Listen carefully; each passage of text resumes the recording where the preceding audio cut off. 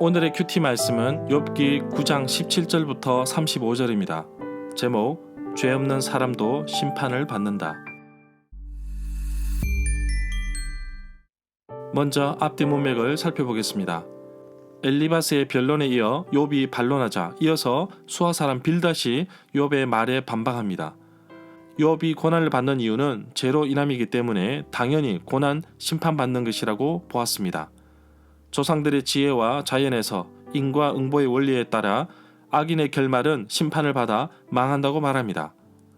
수아 사람 빌닷의 변론에 대해 욥은 반론을 하는데, 욥은 하나님은 의로운 분이시고 지혜로우신 분이시기에 누가 대적할 수 있을지 위대한 창조주 하나님이라고 고백하고 있습니다.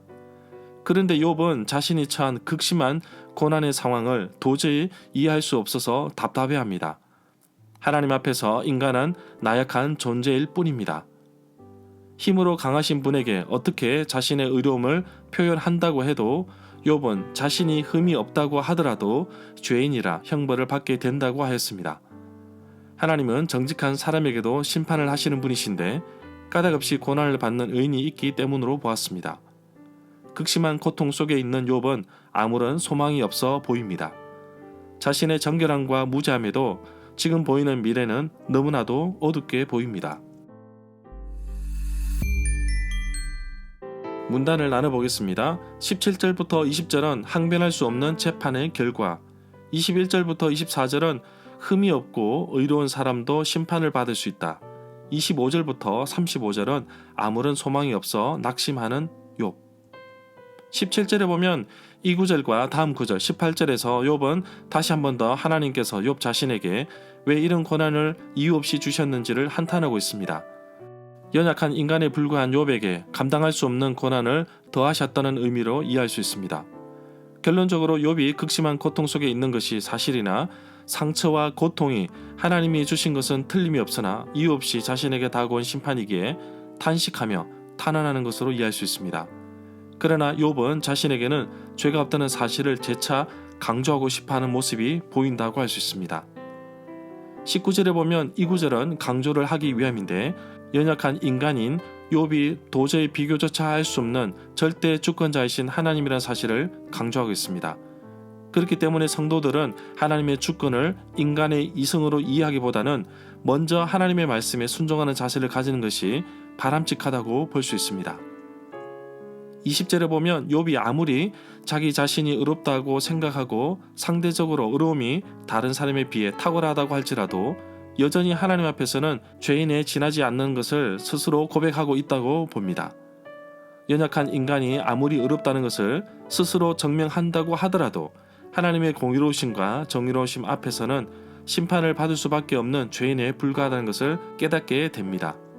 21절에 보면 욥이 자신이 겪는 고통을 안다고 표현하였는데, 욥 자신이 하나님과 대비되는 연약한 존재인 자신의 생명이 거두어지기를 간접적으로 표현한 것으로 이해할 수 있습니다.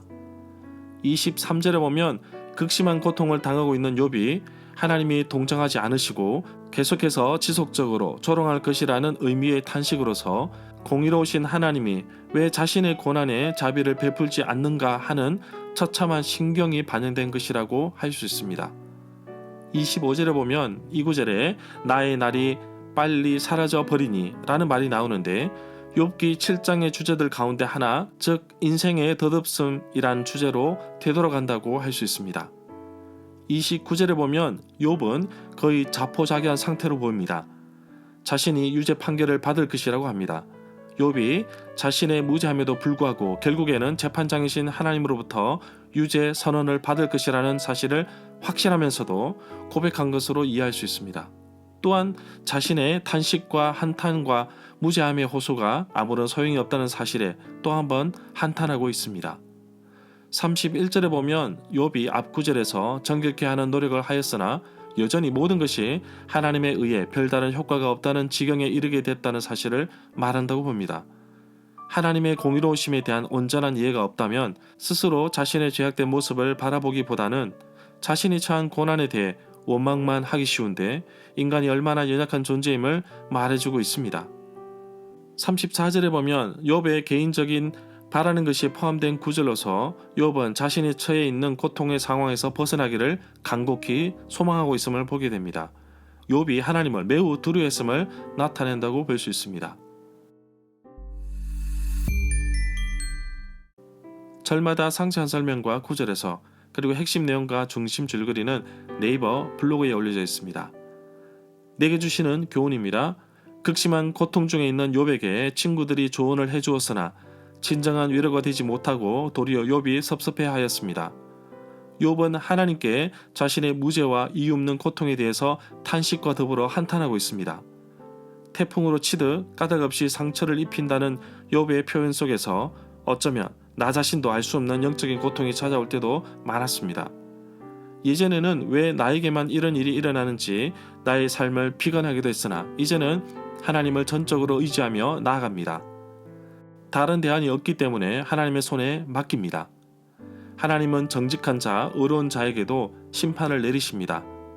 욥의 친구들이 말한 고통, 고난, 심판의 원인이 죄라고 지적하고 있지만 욥은 하나님이 자랑하실 만큼 의로운 사람이었고 악에서 떠난 사람이었습니다. 이유 없이 의인이 고난을 당하는데 이것은 의인의 고난을 통해 드러나는 것이 하나님의 의로우심이라고 봅니다. 인간이 아무리 선을 행하고 거룩한 삶을 산다고 하더라도 불완전한 존재임을 잊어서는 안 될 것입니다.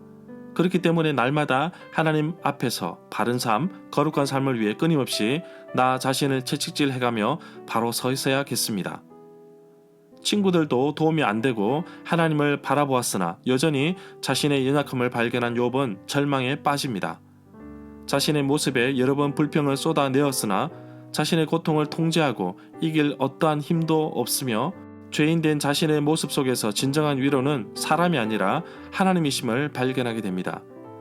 물론 사람이 격려도 위로가 될 수 있으나 하나님으로부터 오는 위로는 차원이 다릅니다.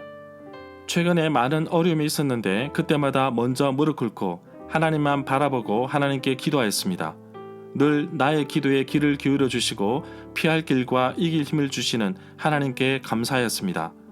오늘도 전적으로 하나님만 의지하며 하나님이 주시는 위로 속에서 진정한 소망을 가지고 살아가는 하루가 되기를 간절히 소망합니다.